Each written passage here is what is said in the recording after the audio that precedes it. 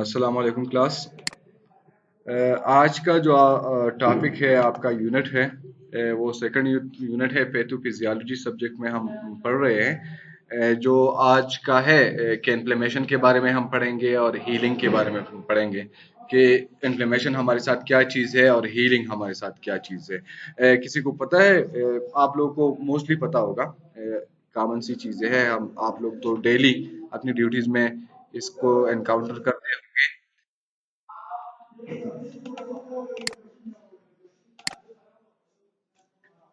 अच्छा, तो सबसे पहले कुछ टर्मिनोलॉजी है जो हमने पहले भी डिस्कस किया था, आज भी साथ में करते हैं, जो पैथोफिजियोलॉजी में हमारे साथ यूज होता है। ठीक है। सबसे पहले इसमें है कि पैथोफिजियोलॉजी में पैथोजेनेसिस, हमने लास्ट क्लास में भी इसको डिस्कस किया था। किसी को आइडिया है कि पैथोजेनेसिस क्या है हमारे साथ? आइडिया है किसी को?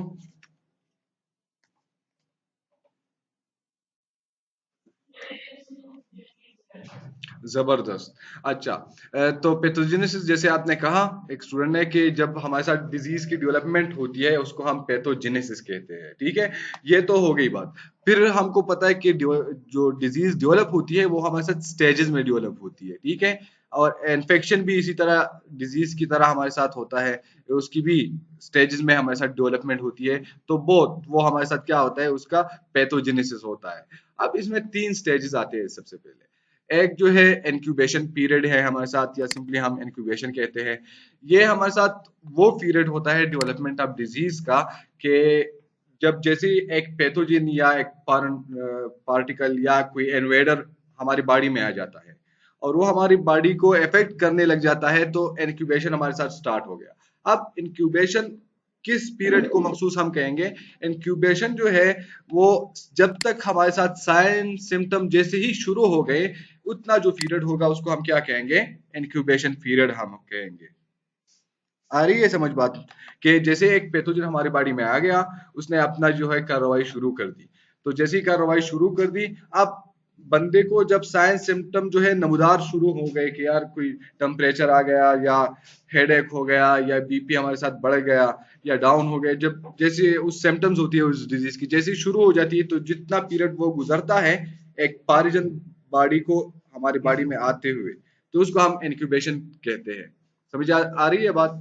The process of incubating a disease, जब हमारे साथ क्या होती है, डिजीज लग जाती है, लगने लग जाती है हमें। ठीक है।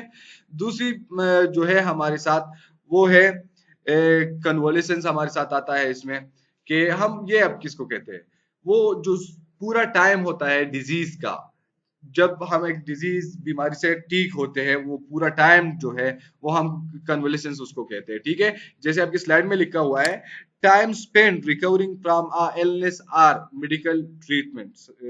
समझ आ गई कि हमारे साथ वही टाइम जो रिकवरी में हमारे साथ हमको मतलब लेते हैं कोई बंदा, और उसको हम क्या कहते हैं? कन्वलेसेंस।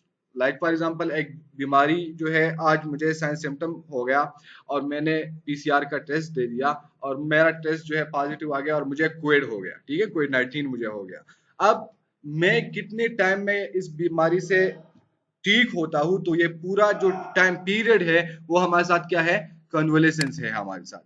ठीक हो गया। और जब तक मैंने कोविड की वायरस जब मेरी बॉडी में आ जाती है, और वो बॉडी जब तक सिम्टम्स नमूदार होने तक, ये जो टाइम है ये हमारे साथ इंक्यूबेशन हो गया।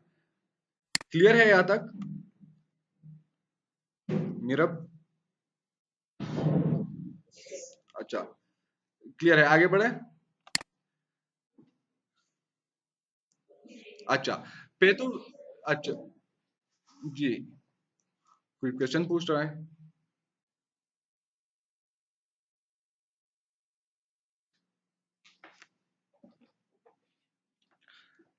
अच्छा, आवाज तो सही आ रही है, कोई क्वेश्चन पूछ रहा था मेरे ख्याल से।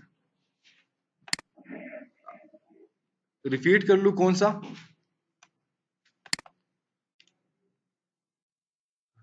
हेलो, क्या क्वेश्चन? मुकद्दस, क्या क्वेश्चन है स्टूडेंट का?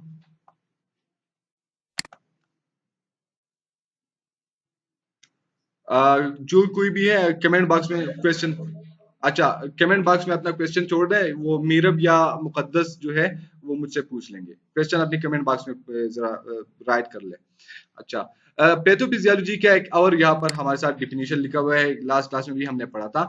हमारे साथ पैथोफिजियोलॉजी में हम क्या करते हैं, हम स्टडी करते हैं फंक्शनल चेंजेस की, जो हमारे साथ एसोसिएट होता है स्पेसिफिक डिजीज का, डिजीज के बारे में, ठीक है।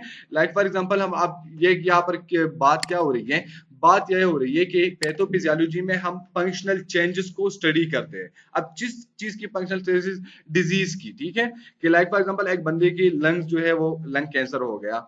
अब लंग्स कैंसर हो गया तो हम क्या कहेंगे, जो फंक्शन जो है लंग्स की फंक्शन वो काम करना छोड़ दिया है, ठीक है। अभी कैसा छोड़ दिया, हम उसकी जब डिटेल में जाएंगे, स्टडी करेंगे कि भाई ये बंदा जो था स्मोकर था, ये स्मोकिंग करता था, स्मोकिंग से क्या हो गया, जो लंग सेल्स थे वो हमारे साथ इन्फ्लुएंस हो गए उसकी अमल से, और क्या हो गया, इसकी लंग्स डैमेज हो गए, ठीक है। इसकी बैक मैकेनिज्म क्या था कि सेल्स जो है हमारे साथ इंजर्ड हो गए, फिर सेल डेथ हो गया, नेक्रोसिस हो गया, फिर जो हमारे साथ है लंग कैंसर हो गया। ये सारा जो फंक्शनल चेंजेस होते हैं, इसको हम क्या कहते हैं, ये जब उसके बारे में हम स्टडी करते हैं तो उस स्टडी को हम पैथोफिजियोलॉजी कहते हैं, ठीक है। यहाँ पर लिखा हुआ है जैसे कि how the disease affect specific function of human body. Lungs का क्या काम क्या होता है, ऑक्सीजन मतलब सांस लेने में हमारे साथ हेल्प करता है, गैसेस एक्सचेंज करने में हमारे साथ हेल्प आउट करता है, ठीक है, जिससे हमारे साथ ऑक्सीजन हमको मिलती है, और ऑक्सीजन की बदौलत हमारी पूरी लाइफ जो है वो चल रही होती है। अगर हम खाना खाते हैं तो उसमें भी हमारे साथ क्या होता है, ऑक्सीजन की जरूरत होती है, जब एटीपी प्रोडक्शन वगैरह सब कुछ जो भी मैकेनिज्म होता है वो हमारे उसके लिए ऑक्सीजन चाहिए होता है। तो जब लंग्स ने काम करना छोड़ दिया, और उस काम जो फंक्शन था, लंग ने अपना फंक्शन जो है वो छोड़ दिया, और इसके बारे में जब हम स्टडी करेंगे तो हमारे साथ पैथोफिजियोलॉजी होगी। अब दो चीजें जो थी हमारे साथ डेटा में, वो हमने कही थी कि हम जब या असेसमेंट करते हैं या हम डेटा लेते हैं तो हमारे साथ आते हैं फाइंडिंग्स आते हैं, ठीक है। उसमें एक फाइंडिंग्स हमारे पास आता है सब्जेक्टिव, जैसे आप लोगों ने मुझे बताया भी था कि हमारे साथ सब्जेक्टिव फाइंडिंग्स वही फाइंडिंग्स होते हैं जो पेशेंट के सिम्टम्स होते हैं, और वो हमारे साथ पेशेंट क्या करता है, डिस्क्राइब खुद ही करता है कि भाई मेरा हेडेक है, ठीक है, मुझे, आपने अगर आप उसको पेन स्केल में पूछ लो कि आपकी पेन कितना है तो वो बोलेगा कि आप कहो कि 1 से 10, अगर एक पेन स्केल में आपको बताऊं तो आप अपनी पेन की शिद्दत मुझे बताएं, वो कहेगा मेरा 7 जो है इस टाइम पेन का शिद्दत होगा। ये पेन जो हमारे साथ है ये हमारे साथ सब्जेक्टिव फाइंडिंग्स में आता है, ठीक है। फिर हमारे साथ ऑब्जेक्टिव फाइंडिंग्स होती है। ऑब्जेक्टिव फाइंडिंग जैसे हमने लास्ट क्लास में ये भी पढ़ा था, जो हमारे साथ हेल्थ केयर प्रोवाइडर है वो खुद जो है एग्जामिन करता है और वो देखता है, ऑब्जर्व करता है। लाइक फॉर एग्जांपल एक पेशेंट ने कहा कि यार मेरे सर के रग्स जो है वो पट रहे हैं और सर पे मेरा दर्द है या मुझे चक्कर आ रहे हैं। आपने बीपी वो जो बताया वो आपके साथ सब्जेक्टिव आ गया। अभी जो आपने चेक कर लिया, लाइक फॉर एग्जांपल आपने क्या किया, आपने उसका बीपी चेक कर लिया, तो जैसे बीपी चेक कर लिया तो आपके साथ ये बीपी की फाइंडिंग लाइक फॉर एग्जांपल 170/110 आ गई। तो ये फाइंडिंग आपके साथ क्या हो गई, ऑब्जेक्टिव फाइंडिंग्स आपके साथ आ गई, ठीक है। अच्छा, ये हमने लास्ट क्लास में भी पढ़ा था। Occurrence of disease defined by 2 factor. जब हमारे साथ अभी डिजीज आती है तो उस उसकी आना जो है, अच्छा, वो हमारे साथ क्या होता है, बेसिकली 2 फैक्टर्स पे हमने वो डिवाइड किया है कि डिजीज की हमारे साथ एक कम्युनिटी में उसकी प्रेजेंस जो है, ठीक है, वो हमने 2 चीजों पे डिवाइड कर ली है। 2 चीजों वो कौन कौन सी है, सबसे पहले इंसिडेंस है। इंसिडेंस जो हमारे साथ है new cases per unit of time. Like for example अभी मैं कोविड का एग्जांपल ले लूं, कोविड का एग्जांपल जो है हमारे साथ इंसिडेंस वही होगा कि पर्टिकुलर टाइम में हमारे साथ जितने न्यू केसेस आते हैं वो हमारे साथ इंसिडेंस रेट होगा। अगर कोई बंदा पूछे कि आज की इंसिडेंस रेट जो है या इंसिडेंट केसेस जो है वो कोविड के कितने आए हैं, आप कहोगे कि आज की जो कोविड की फाइंडिंग्स हैं वो हमारे साथ या इंसिडेंट्स हैं न्यू केसेस के वो 500 है या 400 है या जो भी आपके साथ डेटा आ गया, वो आपके साथ क्या होगा, वो इंसिडेंट होगा। इंसिडेंट क्या होगा, new cases per unit of time. एक मखसूस टाइम में जितने न्यू केसेस हमारे साथ आते हैं उसको हम क्या कहेंगे, इंसिडेंट्स कहेंगे। प्रिविलेंस हम किसको कहेंगे, जब हमारे साथ न्यू और ओल्ड केसेस एक मखसूस टाइम में हम काउंट कर रहे हैं। लाइक फॉर एग्जांपल कोविड का एग्जांपल हम प्रिविलेंस के लिए ले लें तो वो हमारे साथ क्या होगा, जब से कोविड स्टार्ट हुआ है अब तक हमारे साथ कितने केसेस आ गए हैं, वो कहेंगे कि यार हमारे साथ जो है फर्स्ट वेव में इतने आ गए, सेकंड में इतने आ गए, अभी जो ये फिफ्थ वेव चल रहा है इसमें हमारे साथ इतने केसेस आ गए, ठीक है। अब ये न्यू भी है और ओल्ड भी बहुत सब आ गए, तो ये हमारे साथ क्या हो गया, ये प्रेवेलेंस हो गया। आवाज क्लियर आ रही है मुकद्दस? अच्छा, समझ आ रही है जो मैं कह रहा हूँ? अच्छा, ठीक है। तो ये दोनों हमारे साथ क्या हो गए, इंसिडेंट इंसिडेंस वही जो new cases per unit of time या पर्टिकुलर टाइम में जो हमारे साथ डिजीज के केसेस आते हैं, ठीक है। प्रेवेलेंस या इन्फेक्शन के केसेस आते हैं। प्रेवेलेंस जो है हमारे साथ न्यू और ओल्ड बोथ केसेस पर स्पेसिफिक और पर्टिकुलर टाइम में जब हमारे साथ केसेस आते हैं तो उसको हम प्रेवेलेंस कहते हैं, ठीक हो गया। देख ले आपकी एक और स्लाइड में भी यहाँ पर लिखा हुआ है कि प्रेवेलेंस हमारे साथ वही मेजरमेंट है जिसमें हम इंडिविजुअल जो अफेक्टेड है हमारे साथ एक डिजीज से, ठीक है, या इन्फेक्शन से, तो वो एक पर्टिकुलर टाइम में वो हमारे साथ क्या होगा, प्रेवेलेंस होगा। जब हम देखेंगे इंडिविजुअल्स को कि इस बीमारी से कितने इंडिविजुअल जो है अभी तक मुतासिर हो गए हैं, तो हमारे साथ प्रेवेलेंस होगा। और जब हम ये देखेंगे कि एक कितने बंदे या कितने लोग जो है कल से अब तक, ठीक है, हमारे साथ क्या हो गए हैं, इस बीमारी से मुतासिर हो गए, तो हमारे साथ क्या होगा, इंसिडेंस होगा। लाइक यहाँ पर लिखा हुआ है where incidence is a measurement of number of new individual who contract a disease during a particular period of time. समझ आ गई आपको प्रेवेलेंस और इंसिडेंस की? अगर क्वेश्चन है तो मैं रिपीट करूँ। आप दूसरी ये जो क्वेश्चन पूछ रहा था स्टूडेंट, तो उसने अगर पूछा है कमेंट बॉक्स में तो वो भी बता दें। अच्छा, किन किन,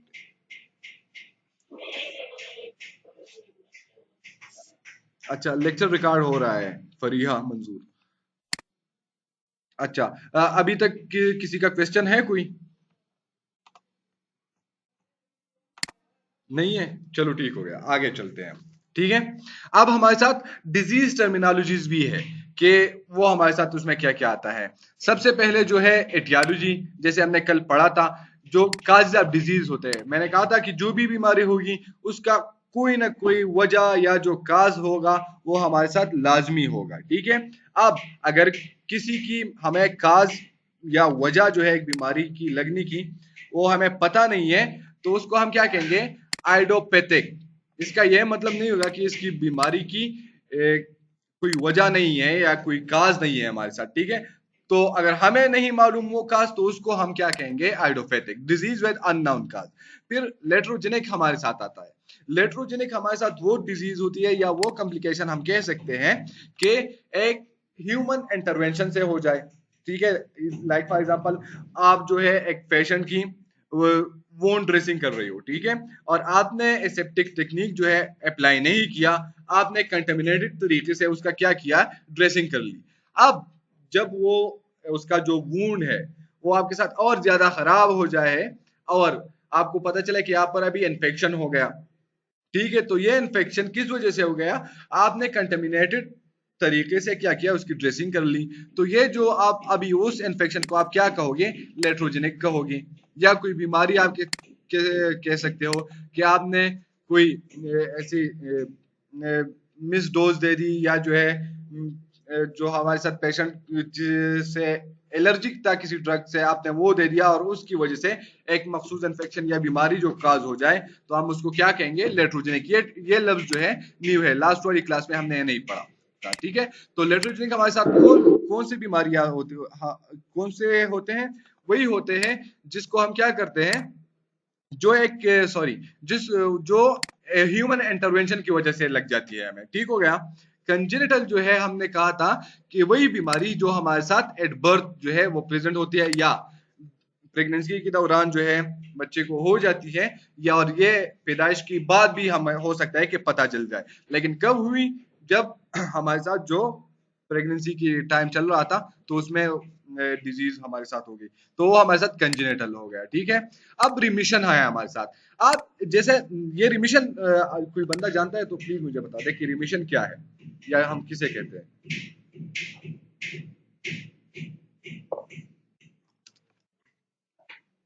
मुकद्दस अच्छा, कोई भी स्टूडेंट है रिमिशन के बारे में अगर कोई नॉलेज रखता है तो प्लीज मुझे बता दें।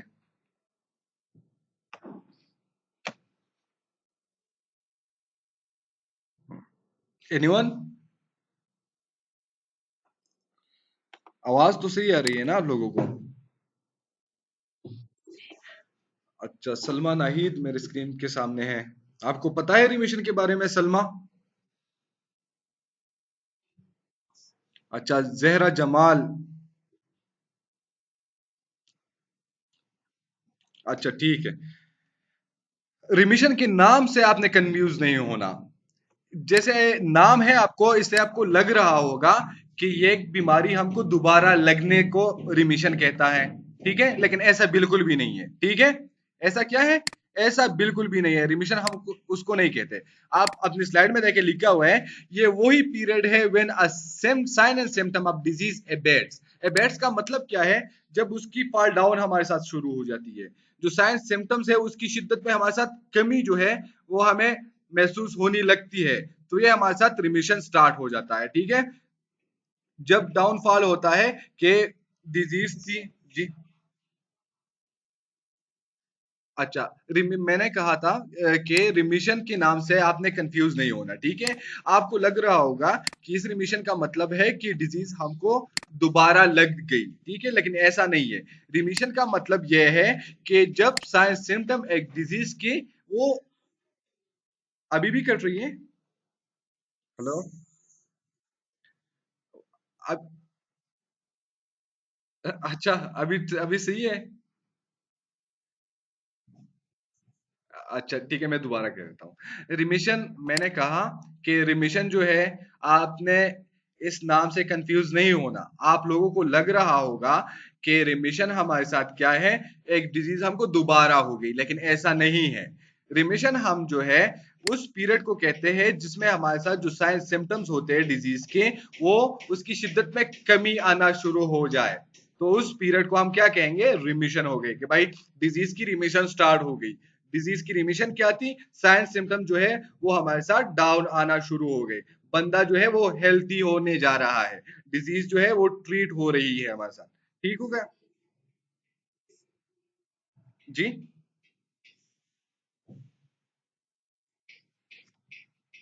हाँ हाँ, आप कह सकते हो कि रिकवरी, लेकिन नहीं। ये एक मखसूस पीरियड है हमारे साथ। ठीक है, मखसूस पीरियड है। कौन सा पीरियड है? जब जो साइंस, आप कह सकते हो वैसे एग्जाम्पल के तौर पर आप कह सकते हो कि रिकवरी जब स्टार्ट हो जाए। ठीक है, लेकिन रिकवरी जब स्टार्ट होती है तो वही टाइम जो है हमारे साथ बेसिकली वो रिमिशन में हम काउंट करते हैं। ठीक है, आप कह सकते हो एग्जाम्पल या उसके लिए आप कह सकते हो। क्लियर हो गया सबको? आवाज सही था?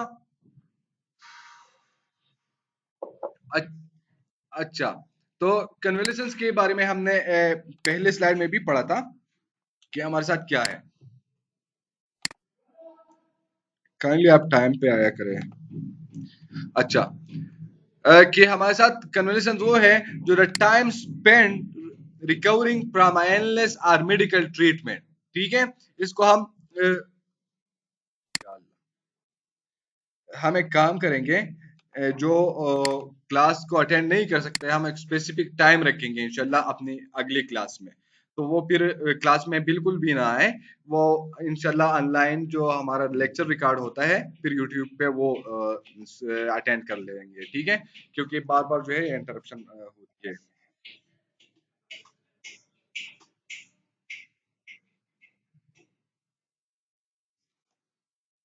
आवाज कट रही है आपकी, जो भी कुछ कह रहा है आवाज कट रही है आपकी।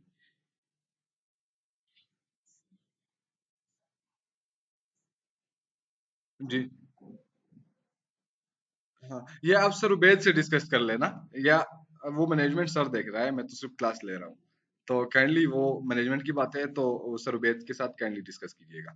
अच्छा, कन्वोल्यूशन हमने पहले भी पढ़ा था। कन्वोल्यूशन क्या है हमारे साथ? जो रिकवरी हमारे साथ हो रही है, डिजीज जितने टाइम में हम क्या हो जाता है, एक बीमारी से ठीक हो जाते हैं, वो पूरा हमारे साथ किस में आ जाता है? कन्वोल्यूशन है। माइक आप कीजिए काइंडली, जिसका भी ऑन है माइक आप कीजिएगा प्लीज। अपना अपना माइक देख लें। अच्छा, ठीक हो गया। अच्छा, एग्जैजर्बेशन जो हमारे साथ है वो किसको कहते हैं? Period with sign and symptom increases, जब हमारे साथ। अच्छा, अच्छा, ये हमारे साथ वो टाइम है, ठीक है, स्पेंड रिकवरिंग फ्रॉम इलनेस और डिजीज और मेडिकल ट्रीटमेंट, ठीक है। वो हमारे साथ वही टाइम है कन्वलेसेंस, जब एक बंदा वो अपनी बीमारी से ठीक होने में लेता है। लाइक फॉर एग्जांपल मुझे कोविड हो गया और मैं कितनी दिनों में ठीक हो गया, हो जाता हूँ, ठीक है, उससे एक बीमारी से, तो वो हमारे साथ कन्वलेसेंस में आता है। एक बीमारी से रिकवरी का जो जितना टाइम हमारा होता है उसको हम क्या कहते हैं? कन्वलेसेंस कहते हैं, ठीक है। Hello, hello. अच्छा, अच्छा, अच्छा। तो अब एग्जर्बेशन हमारे साथ आ गया। तो एग्जर्बेशन हमारे साथ किसको कहते हैं? जब हमारे साथ साइंस सिम्टम की शिद्दत में हमारे साथ इजाफा होता है, एग्जैजरेट होने लगता है हमारे साथ, ठीक है। उसको उसकी अगर किसी को पेन है साइंस सिम्टम्स में, तो वो हमारे साथ क्या हो जाता है? वो जब उसकी शिद्दत बढ़ने लग जाती है तो हमारे साथ एग्जर्बेशन आ गया, ठीक है। अब ये जो नीचे दी हुई टर्मिनोलॉजीज है ये तीन, ये तो आप लोगों को बखूब या हर एक बंदे को अगर कोई हेल्थ फील्ड से रिलेटेड भी नहीं है, वो उनको पता चल गया है कि ये सब किस चीजों को कहते हैं, ठीक है। सबसे हमारे हमारे हमारे साथ आता है एंडेमिक डिजीज या एंडेमिक इन्फेक्शन, ठीक है। उसमें हमारे साथ कौन सा आता है? Disease native to a local area. अब कोविड 19 का एग्जांपल ले लेते हैं यहाँ पर। जैसे ही कोविड 19 हमारे साथ चीन में आ गया, ठीक है, चाइना में, और वहां पर वुहान सिटी में जैसे ही आ गया, जब वुहान सिटी की लोकल को इसने इफेक्ट करना शुरू कर दिया, तो या इफेक्टेड हो गए लोग, तो हमारे साथ एंडेमिक था उस टाइम कोविड 19 जो है, ठीक है। फिर हमारे साथ एपिडेमिक हो गया। एपिडेमिक हमारे साथ कैसे हो गया? जब वुहान सिटी से बाहर निकल गया, ठीक है, उस जगह से बाहर जब निकल गया और सिटों को इफेक्ट करना शुरू हो गया, ठीक है, तो उसको हम क्या कहते हैं? एपिडेमिक कहते हैं। फिर हमारे साथ पेंडेमिक आ जाता है। पेंडेमिक जब आप कंट्री से भी बाहर आ गया कोविड, तो वो हमारे साथ क्या हो गया? फिर पेंडेमिक बन गया, एक मुल्क से या दो मुल्कों से ज्यादा मुल्कों में फैल गया, ठीक है, तो हमारे साथ पेंडेमिक में आ गया। अब स्लाइड की आप इसकी मीनिंग ले लेते हैं कि एंडेमिक डिजीज हमारे साथ जो डिजीज है native to a local area, एक स्पेसिफिक कम्युनिटी, मोहल्ला या एक गांव की जब एक डिजीज सिर्फ वहां पर होती है, तो वो हमारे साथ एंडेमिक डिजीज होगी, ठीक है। Like for example dengue fever हो गया एक मोहल्ले में या एक गांव में, तो वो हमारे साथ एंडेमिक हो गया। अब ये एपिडेमिक कैसे होगा? कि many people affected in a given area, अब उस मोहल्ले से या उस गांव से निकलकर साथ वाले गांव में भी फैल गया हमारे साथ, ठीक है। तो हमारे साथ क्या हो गया? बहुत ज्यादा लोगों को इफेक्ट हो गया, कर लिया, ठीक है, एपिडेमिक हो गया। अब ये हमारे साथ पेंडेमिक में कैसे आ गया? कि सबसे पहले हमारे साथ क्या हुआ था? मोहल्ले से स्टार्ट हो गया। फिर हमारे साथ आप एपिडेमिक में सिटीज ले सकते हो, डिस्ट्रिक्ट ले सकते हो, ठीक है। और पेंडेमिक में हमारे साथ आप क्या कर सकते हो? आप कंट्रीज ले सकते हो, ठीक है। एक मुल्क से जब दूसरे मुल्क और तीसरा मुल्क जब उसमें आ जाता है, तो हमारे साथ पेंडेमिक बन जाता है डिजीज, ठीक है। इंक्यूबेशन पीरियड में हमने पहले भी पढ़ा और यहाँ पर भी पढ़ लेते हैं कि हमारे साथ क्या है कि latent period of disease before developing sign and symptom, the period between exposure to infection and appearance of the first symptom. ये चीज जो है यहाँ तक ये अपने जहन में रखिए।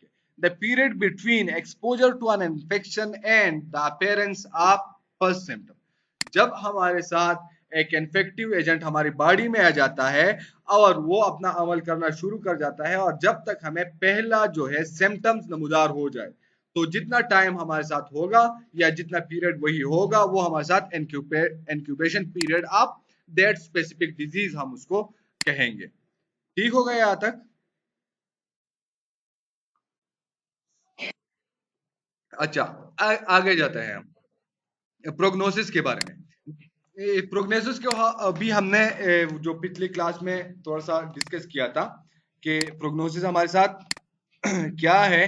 जब आपसे वार्ड में कोई पेशेंट होता है आपका, और उसका अटेंडेंट आपसे पूछ लेता है कि हमारा पेशेंट जो है कब तक डिस्चार्ज होगा, या हमारा पेशेंट जो है वो कब तक ठीक हो जाएगा। आप कहते हो कि भाई आपका पेशेंट इंशाल्लाह 1-2 दिन में या 3-4 दिन में, हफ्ते में ठीक हो जाएगा, या हफ्ते में आपका पेशेंट जो है वो डिस्चार्ज होगा, 1-2 दिन में या डिस्चार्ज होगा। जब आप उसको ये कहते हो, आप क्या करते हो, आप प्रिडिक्शन करते हो उस डिजीज की, ट्रीटमेंट की, रिकवरी की, ठीक है।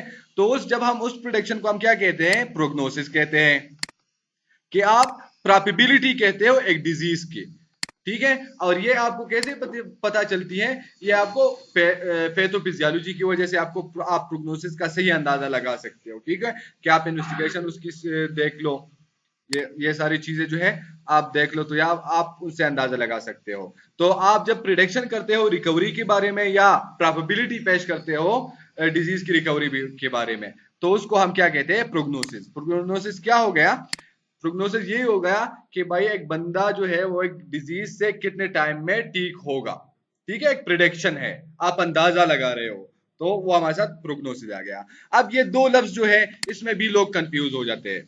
मार्बिडिटी को मार्टेलिटी कहे जाते हैं, और मार्टिलिटी को मार्बिडिटी कहे जाते हैं, जो कि ये दोनों बिल्कुल भी अलग है। आप लोग यहाँ पर क्या कर लो, एक चीज याद कर लो, ये बी का इजाफा जो है, या जिस लफ्ज में आपके साथ बी आ जाता है, तो उसकी मीनिंग अलग होगी। मार्बिडिटी, जिसमें आपके साथ ये बी है, ठीक है, कि आपको अंदाजा हो और कंफ्यूजन ना हो आपको, जब आप अपनी स्टडी कर रहे हो या किसी को बता रहे हो, ठीक हो, ठीक हो गया। जिसमें ये बी होगा, तो उससे क्या मुराद होगा, disease rate with in a group. ये हमको इंडिकेट करेगा कि एक ग्रुप में हमारे साथ डिजीज रेट क्या है, ठीक है। लाइक फॉर एग्जांपल जिलम से आपका कॉलेज है, जिलम का, तो जिलम में हमारे साथ डिजीज रेट क्या है, कोविड 19 की डिजीज रेट क्या है, तो जब डिजीज रेट आपको कहेंगे वो हमारे साथ क्या होगा, मॉर्बिडिटी होगा। अब जिसमें हमारे साथ टी आया है, यहाँ पर बी नहीं है, ठीक है, टी है, तो इसका मुराद होगा डेथ्स। आप ले सकते हो, अंदाजा लगाओ, टी का मतलब डेथ नहीं है, आपको पता है, ये अल्फाबेट है हमारे साथ। तो मार्टिलिटी हमारे साथ क्या है, डेथ, सॉरी, आवाज अभी, अच्छा अभी सही है आवाज, हेलो, मुकद्दस, मंशा, आवाज नहीं आ रही बिल्कुल भी।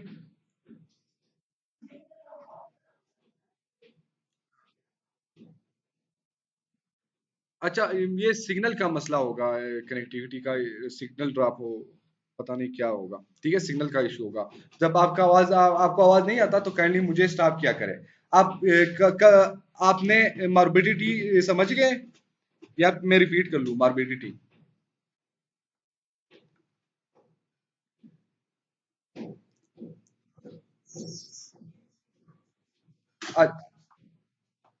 अच्छा, अभी भी कट रही है।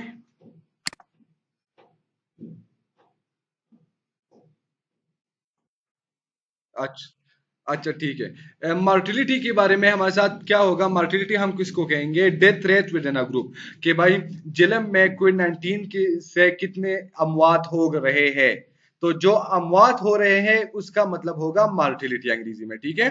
उस अमवात को हम मार्टिलिटी कहेंगे, और जो मुतासिर लोग एक बीमारी से होते हैं उसको हम क्या कहेंगे, मॉर्बिडिटी कहेंगे, ठीक हो गया। आवाज क्लियर था, हेलो, मीरब और मुकद्दस, आवाज क्लियर था। अच्छा, मैं रिपीट रिपीट कर देता हूँ, रिपीट कर देता हूँ, अगर ठीक हो जाए आवाज। अभी ठीक हो रही है, आवाज सही है, हेलो 1 2 3, हेलो, सिग्नल तो यहाँ सही है मेरे पास। अच्छा, अच्छा, समझ आ रही है तो मैं रिपीट कर लूँ, समझ आ रही है। अच्छा, मार्बिडिटी हमारे साथ क्या होगा, मार्बिडिटी हमारे साथ जो एक बीमारी से मुतासिर लोग होंगे वो मार्बिडिटी होगा, ठीक है। और अभी हमारे साथ एक मखसूस जगह में जब अमवात होंगे एक बीमारी से, तो वो हमारे साथ मार्टिलिटी रेट होगा, ठीक है। लाइक फॉर एग्जांपल जलम में हमारे साथ कोविड 19 से कितने अमवात हो गए हैं, तो जितने अमवात हो गए हैं वो हमारे साथ मार्टिलिटी है। और जितने लोग मुतासिर है, बीमार है कोविड 19 से, तो वो हमारे साथ क्या है, मार्बिडिटी है, ठीक हो गया। सिंपल चीजें है ये दो, ठीक हो गया मुकद्दस।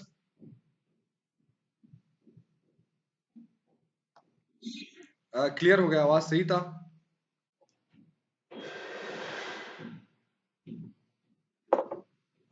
हेलो, आवाज सही था? क्लियर हो गया या नहीं? अच्छा, ये क्लियर हो गया जो मार्बिलिटी और मार्टिलिटी था, समझ आ गई आपको? सॉरी। अच्छा, फायजा बतूल के लिए किया हुआ। जी क्लियर है, अच्छा ठीक है। अब कोई बंदा मुझे बताए कि एपिडेमियोलॉजी हम किसे कहते हैं? कोई बंदा मुझे बताए कि एपिडेमियोलॉजी कैसे किसे कहते हैं? मैं आप लोगों की भी आवाज सुन लूं कि आप लोगों की आवाज कैसी आ रही है मुझे।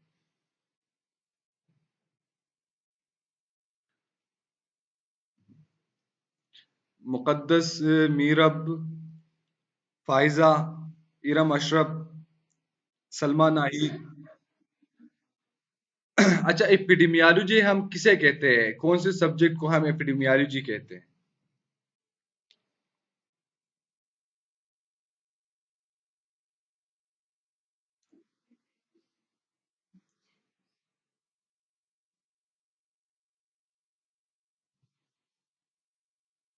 जबरदस्त साइमा, जबरदस्त, वेरी गुड। अच्छा, जैसे आप लोगों ने सुना, साइमा का आवाज भी क्लियर था।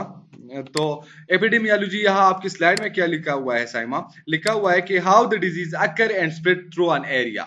जब हम एक डिजीज के बारे में पता लगाते हैं कि एक डिजीज हमारे साथ एक एरिया में, एक जगह में, एक सिटीज में, सिटी में, एक गांव में एक डिजीज आकर हो गई और कहाँ तक फैल गई, तो हम बेसिकली क्या देखते हैं? एपिडेमियोलॉजी के थ्रू हम ये चीजें देखते हैं, ठीक है, कि ये बीमारी कहाँ तक पहुंच गई और ये बीमारी कहाँ पर आकर हो गई हमारे साथ, ठीक है।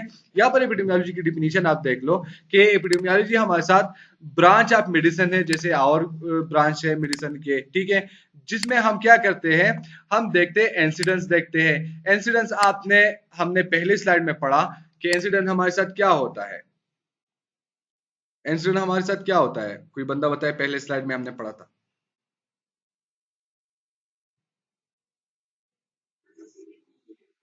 स्क्रीन नहीं शेयर हो रही?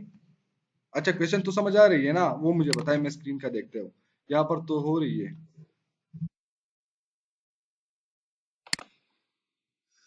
मैं कट करके दोबारा कर देता हूँ। मुझे बताए कि इंसिडेंट्स जो हम पहले स्लाइड में हमने पढ़ा था, तो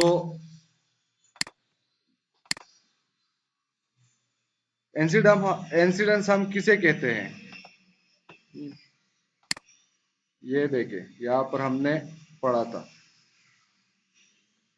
ये देखे क्या लिखा हुआ है? New cases per unit of time, ठीक है। जब हमारे साथ, स्क्रीन तो मैंने दोबारा भी कर लिया, सब कुछ वो नहीं हो रहा। देखे यहां से,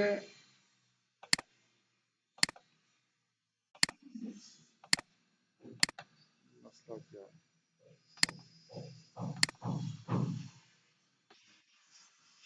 अच्छा,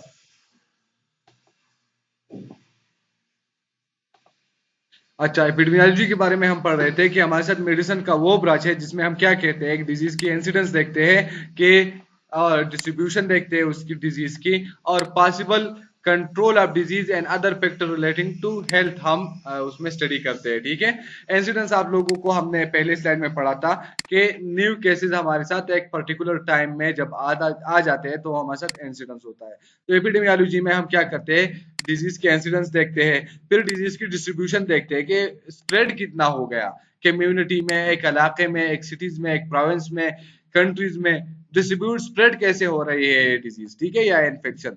या हम एपिडेमियोलॉजी में ये भी देखते हैं कि पॉसिबल कंट्रोल कैसे करेंगे डिजीज की। लाइक हम कोविड रहे, हमें पता है कि इंसिडेंट्स ये आ रहे हैं, न्यू केसेस हमारे साथ इतने आ रहे हैं, ठीक है। डिस्ट्रीब्यूशन हमने देखी कि पूरी दुनिया में है कोविड, ठीक है, ये डिस्ट्रीब्यूशन है कोविड 19 की। फिर हम क्या कर रहे हैं? हम देखते हैं कि पॉसिबल कंट्रोल क्या है। पॉसिबल कंट्रोल यही है कि मैं प्रिवेंटिव मेजर ले लूं, मैं अपने आप की हिफाजत कर लूं, मास्क लगाओ, अभी वैक्सीन आ गई है, वैक्सीन लगाओ, डिस्टेंस रखूं, हैंड हाइजीन जो है वो प्रैक्टिस करूं, कम्युनिटी में को मैं लोगों को तरगीब दे दूं, क्योंकि मैंने ओट लिया हुआ है कि मैं नर्स हूं और ये मैं प्रोवाइड करूंगा उनको, ठीक है। तो ये हमारे साथ क्या एपिडेमियोलॉजी में कहते हैं। या other factor relating to health जो है वो देखते हैं कि अदर फैक्टर क्या है। अच्छा ठीक है, कोविड है, मैं हाथ भी धो रहा हूँ, मैं हाइजीनिक भी हूँ, मैं मास्क भी लगाऊं, मैं वैक्सीन भी मैंने लगाया है। अब और फैक्टर क्या है? अदर फैक्टर ये है कि भाई मैं साइकोलॉजिकली कैसे स्टेबल हूँ या नहीं। अगर नहीं हूँ तो मुझे कोचिंग चाहिए, कोई चाहिए कि मुझे क्या करे, मुझे मोटिवेट करे, मुझे दिलासा दे कि भाई खैर यार ने वैक्सीन लगाया, अल्लाह रहम करेगा। ऐसी कितनी खतरनाक बीमारी नहीं है, लेकिन खतरनाक किसी वजह से बहुत सारे लोग एक मखसूस टाइम में इफेक्ट हो जाते हैं और फिर हॉस्पिटल में बर्डन आ जाता है। तो लोग जो है वो हमारे साथ क्या हो जाते हैं, इसलिए हमारे साथ जाने ज्यादा जा रही है बीमारी से। ठीक हो गया। तो ये सब हम क्या करते हैं, एपिडेमियोलॉजी में देखते हैं। तो ये हमारे साथ एक और टर्म था कि आप लोग के सामने आएगा। अच्छा, प्री डिस्पोजिंग फैक्टर के बारे में किसी को पता है कि क्या है? प्री डिस्पोजिंग फैक्टर, मुकद्दस आवाज आ रही थी, मैंने पूरा स्लाइड पढ़ा था। अच्छा, प्री डिस्पोजिंग फैक्टर के बारे में किसी को पता है कि क्या है? अच्छा, प्री डिस्पोजिंग फैक्टर के बारे में किसी को पता है?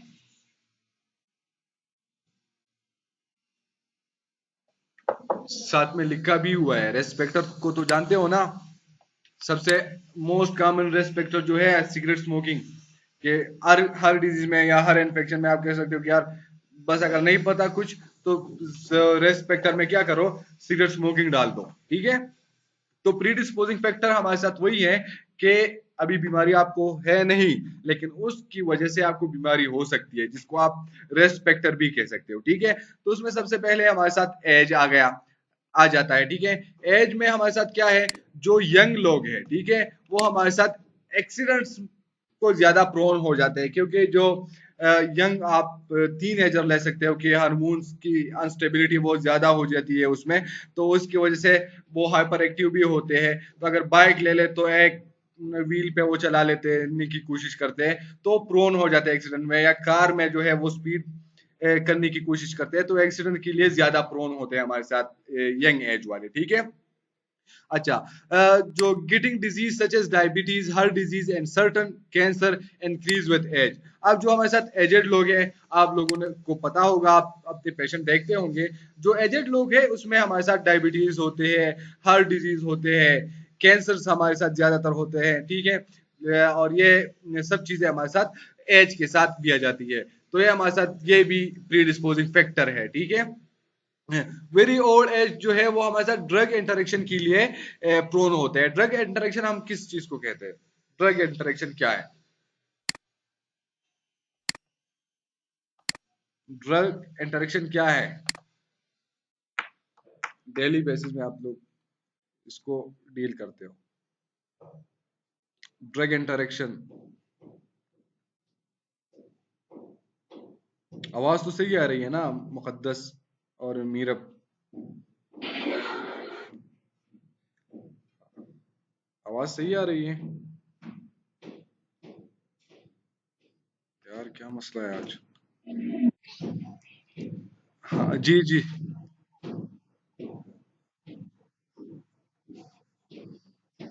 हम्म। अच्छा, मुझे थोड़ा सा रिस्पांस दिया करे, चाहे वो गलत भी क्यों ना हो। ठीक है। लेकिन आप इनकाउंटर किया करें कि मुझे क्रॉस, मुझे भी पता चले कि मैं किसी को बता रहा हूँ, मैं सिर्फ अपनी स्क्रीन पे नहीं बैठा हुआ। ठीक है। ड्रग एंड सिलेक्शन आप देखते हो कि भाई, जी,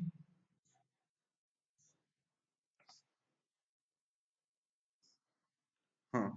अच्छा, जब वो हमारे साथ पेशेंट पे अच्छा नहीं आ जाता, ठीक है, ड्रग, क्योंकि आपने एक ऐसी दवाई और दे दी साथ में कि वो एक दूसरे के साथ क्या हो गया, नुकसान हो गया, निगेटिव इफेक्ट शो कर दी दोनों ने। ठीक है। इंटरेक्शन हो गया दो ड्रग्स के बीच में।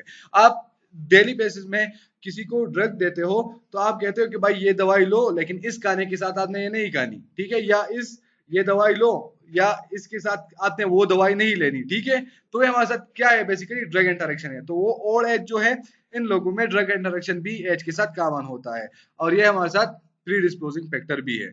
अब सेक्स जो है, ठीक है, सेक्स में हमारे साथ क्या होता है, सेक्स में हमारे साथ के ये भी एक प्री डिस्पोजिंग फैक्टर आ जाता है। प्री डिस्पोजिंग फैक्टर क्या है कि मोर फ्रीक्वेंट, लाइक वुमेन में हमारे साथ क्या है, एक जेंडर है, ठीक है, एक अपोजिट सेक्स है, तो उसमें हमारे साथ ऑस्टियोपोरोसिस, जो आप जानते हो कि कैल्शियम की कमी की वजह से जो बोन की इश्यू होते हैं ज्यादा फीमेल को, आप लोग बेहतर जानते हो, प्रैक्टिकल फील्ड में हो आप लोग, तो आपको पता है कि ऑस्टियोपोरोसिस जो है वो हमारे साथ वुमेन्स में ज्यादा हो जाता है।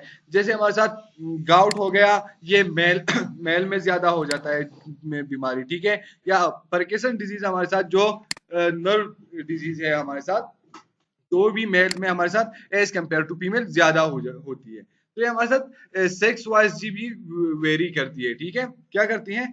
वेरी करते हैं हमारे साथ। लाइफस्टाइल जो है वो भी हमारे साथ एक प्री डिस्पोजिंग में या रेस्ट फैक्टर में आ जाता है।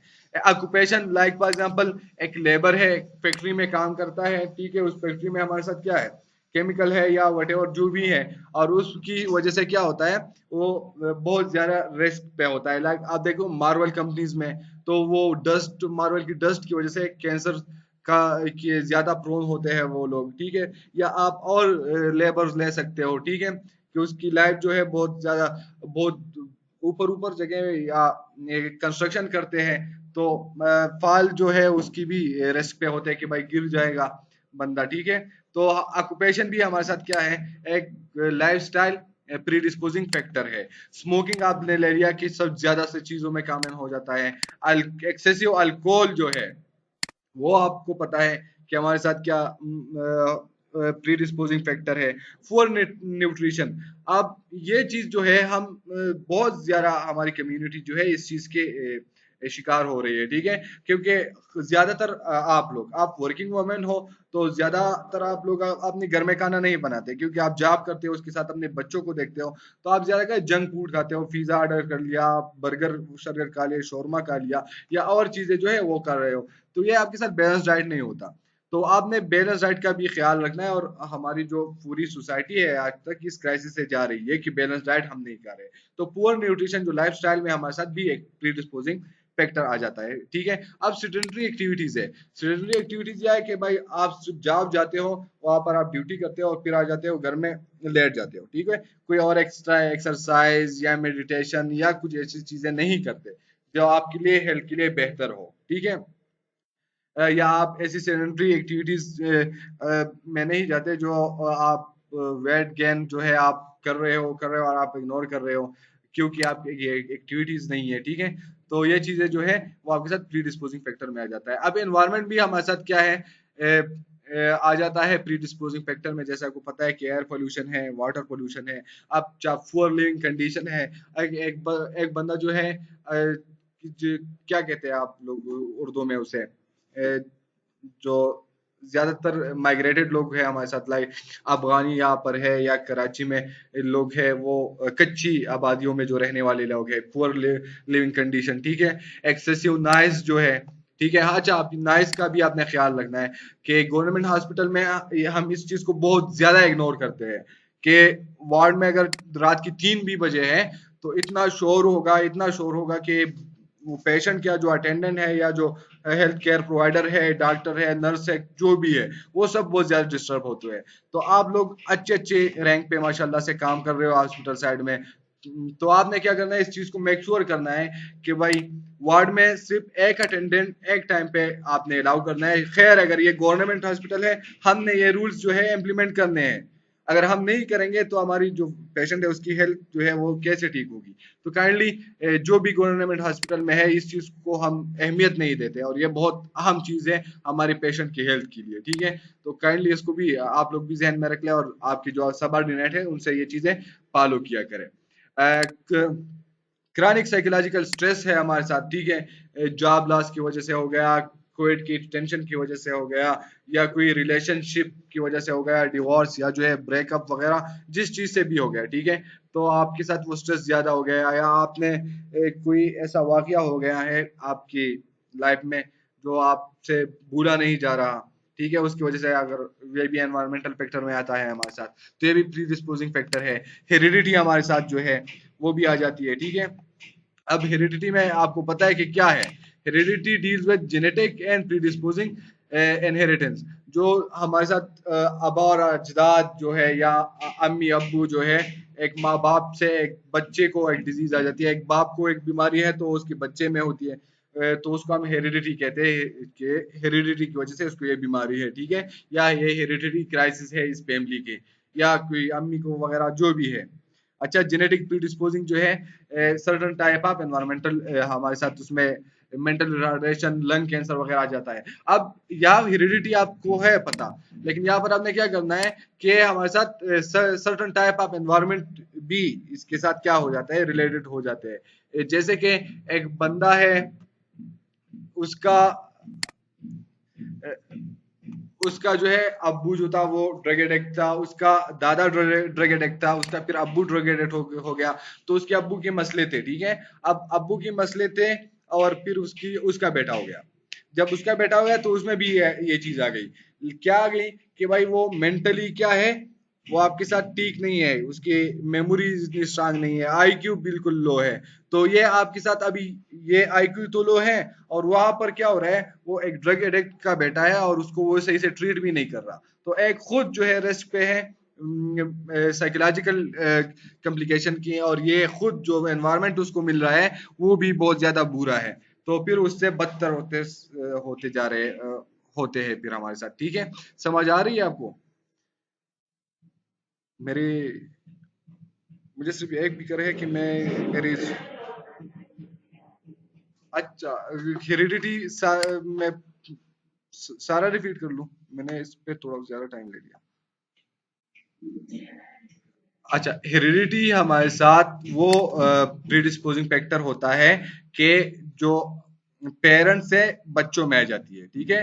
अगर एक बाप को या एक माँ को एक बीमारी है और उसके बच्चों में आ जाती है, एक नाना नानी फिर उसके पोतों में आ जाती हैं, तो हमारे साथ हेरिडिटी में आ जाते हैं, उसको हम हेरिडिटी प्रीडिस्पोजिंग फैक्टर कहते हैं। यार इसके अब्बू को ये बीमारी थी, तो हो सकता है कि इसकी बेटी में भी ये हो, ठीक है, तो हमारे साथ हेरिडिटी में आ जाता है। अच्छा, प्रिवेंटिव हेल्थ केयर, जैसे यहाँ पर लिखा हुआ है कि आपने वो कहावत है या मुहावरा है कि परहेज इलाज से बेहतर है, ठीक है। तो ये वही लिखा हुआ है कि हमारे साथ जो प्रिवेंटिव मजर है, ठीक है, हम वो इग्नोर कर ले, तो ये भी एक प्री डिस्पोजिंग फैक्टर है हमारे साथ, ठीक है।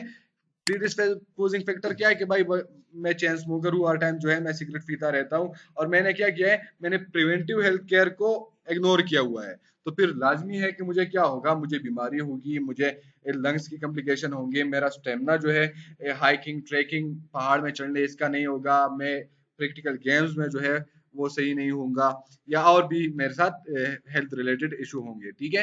तो यहाँ पर लिखा हुआ है कि the best treatment of disease is prevention, के सही जो ट्रीटमेंट है कि आप उस बीमारी से अपने आप को बचाओ, और जब हम ये इग्नोर कर लेते हैं तो हमारे साथ प्रीडिस्पोजिंग फैक्टर में आ जाता है।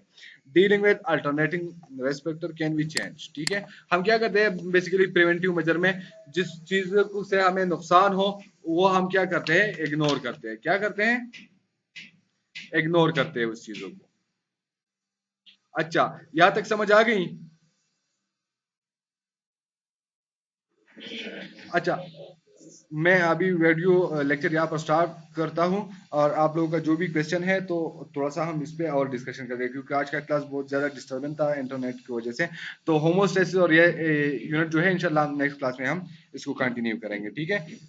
अभी मैं इसको करता हूँ स्टॉप वीडियो को, और क्लास हमारा अभी 20 मिनट जो है या 10 मिनट और लेंगे हम, ठीक है।